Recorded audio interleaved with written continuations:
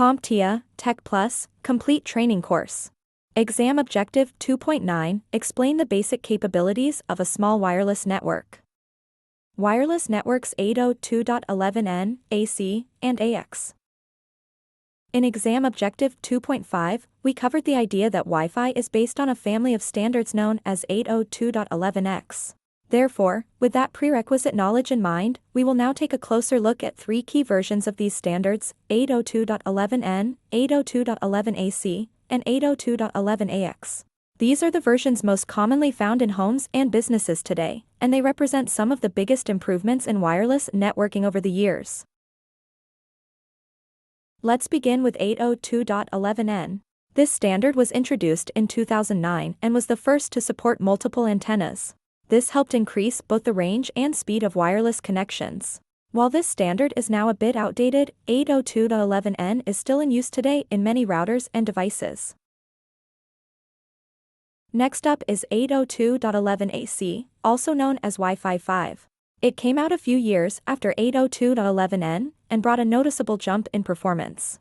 This version introduced wider channels for data transmission and more efficient ways for devices to communicate with each other.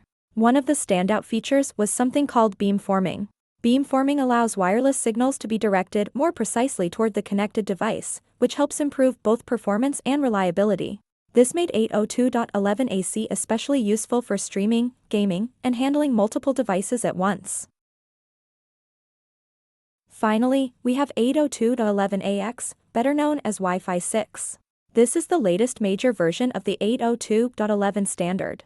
Instead of focusing only on faster speeds, Wi-Fi 6 is built for efficiency. It can handle more devices at the same time without slowing down performance. It uses smarter communication techniques that make it ideal for modern environments like offices, schools, and smart homes filled with connected devices. Now, before we move on, let's talk briefly about older versus newer standards and how they work together.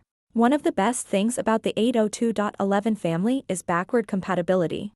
That means if you have a newer 802.11ax router, it can still support older devices that only understand 802.11ac or 802.11n.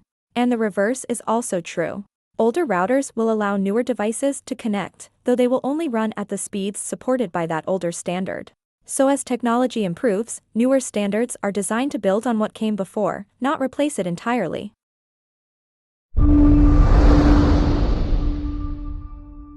Thank you for watching. Subscribe for more great content.